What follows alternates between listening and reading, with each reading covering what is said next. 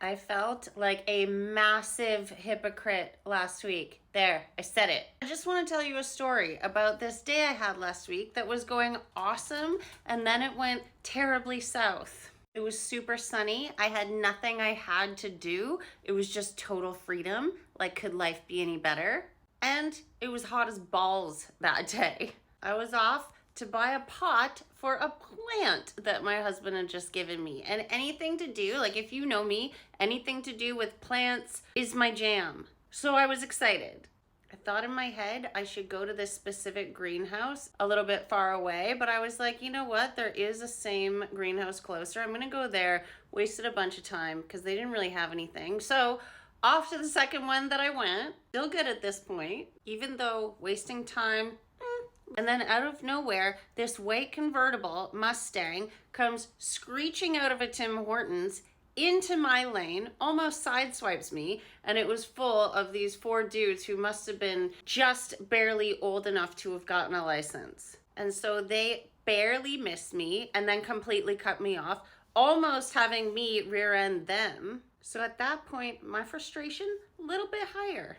I got to the second place, day continued spiraling. So now my energy was off, right? More things started happening. I misplaced my $1,000 vlogging camera that I had just gotten, and the measuring tape that I brought in order to select a pot that was the appropriate size, gone, lost both of them, and this place was massive. And at this point, I am sweating buckets because it is so hot in there. So at this point, I'm like, okay, Kelly, you teach people how to shorten their emotional refractory period and how to prevent these types of spirals of frustration. So I go to myself, okay, let's recount all the positive things of today. So I do that, still pissed off. And then I'm like, oh my gosh, I am a coach and I am unable to coach myself in this moment. Nothing was working.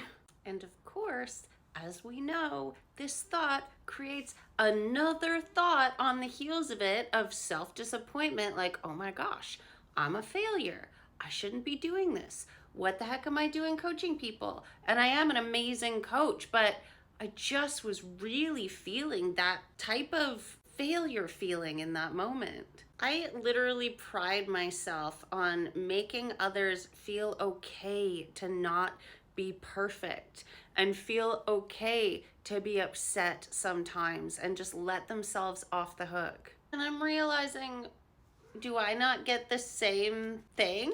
Am I not allowed to be okay to just be upset and to not have to just be perfect? So anyway, I get home and I sit on the back deck with all the potting stuff ready to do this repotting, and I just start laughing to myself. Laughing about the lessons, the countless lessons that were in that day that I really took hard. Laughing at the absolute hypocrisy and just laughing at how it really was okay to just not feel okay in those moments. It's okay to feel like we're tested sometimes, and it's okay to feel like we might fail at these tests.